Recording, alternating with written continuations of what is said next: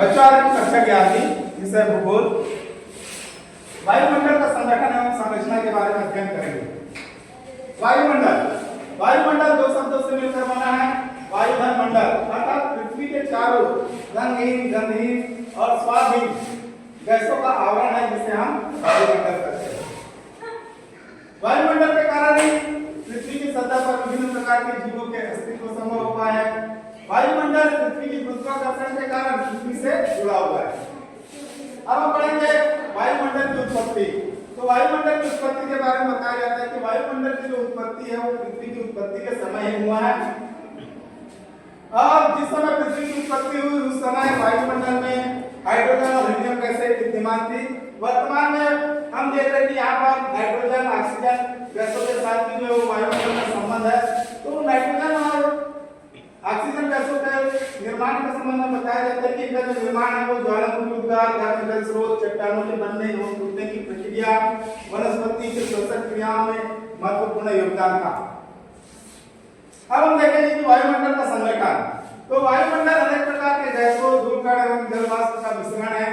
गैसों के बारे में बताया जाता है कि वायुमंडल में जो गैसें पाई जाती है उसमें सर्वाधिक 78% नाइट्रोजन गैस है। यह प्रत्यक्ष रूप से ऑक्सीकरण में सहायता पहुंचाता है। उसके बाद दूसरा जो गैस है वो है ऑक्सीजन। वायुमंडल में 21% ऑक्सीजन है, जिसे हम प्राण प्लस वायु भी कहते हैं। उसके बाद कार्बन डाइऑक्साइड। कार्बन डाइऑक्साइड वनस्पति जगत के लिए बहुत अत्यंत महत्वपूर्ण है। उसके बाद आता है हमारा ओजोन गैस। ओजोन गैस है वो सूर्य से निकलने वाली पराबैंगनी किरणों को अवशोषित करके हमारी रक्षा करता है। उसके बाद हम देखते हैं कि वायुमंडल में कुल मिलाकर के 9 गैसें विद्यमान है। दूसरा जलवाष्प। जलवाष्प जल की गैसीय अवस्था को हम कहते हैं जलवाष्प। जल को वाष्प में बदलने की क्रिया को कहते हैं हम वाष्पीकरण। जलवाष्प के कारण मेघ, ओस, कोहरा और कुहासा बनता है तथा वर्षा, ओले और हिमपात होते हैं। उसके बाद तीसरा आता है धूलकण। धूलकण की प्राप्ति के प्रमुख स्रोत है शुष्क मिट्टी, सागरीय लवण, धुआं, ज्वालामुखी, ये सब जो है वो धूलकण की प्राप्ति के प्रमुख स्रोत है। अब हम पढ़ेंगे वायुमंडल की संरचना। तो वायुमंडल 7 मंडलों से मिलकर बना हुआ है, जिसमें पहला है क्षोभ मंडल, दूसरा है क्षोभ सीमा, तीसरा संताप मंडल, चौथा ओजोन मंडल, पांचवा मध्य मंडल, छठवां आयन मंडल और सातवां बाह्य मंडल।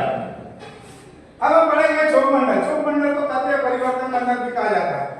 क्षोभ मंडल जो वायुमंडल की सबसे निचली परत है और भूमध्य रेखा पर इसकी जो ऊंचाई है वो 18 किलोमीटर और ध्रुवीय अक्षांशों पर 8 से 10 किलोमीटर तक रह जाती है। क्षोभ मंडल में nitrogen, oxygen, carbon dioxide gas, जल वाष्प, धूलकण की अधिकता होती है। और यहाँ पर हम जैसे जैसे ऊंचाई की ओर बढ़ेंगे तो प्रति 165 किलोमीटर की ऊंचाई पर जाने पर 1 सेंटीग्रेड तापमान कम हो जाता है। यहाँ पर समान वायु धारा प्रवाहित होती है। यहाँ पर ऋतु परिवर्तन होता है, ताप परिवर्तन होता है, वर्षा, मेघ, वायु की दिशा में परिवर्तन होता है, इसलिए इसे हम परिवर्तन मंडल भी कहते हैं। दूसरा है क्षोभ सीमा। तो क्षोभ मंडल के ऊपर 1.5 किलोमीटर से लेकर के 2 किलोमीटर की ऊंचाई पर क्षोभ मंडल का स्थित है। क्षोभ मंडल जो है इसे हम स्थित सीमा भी कहते हैं।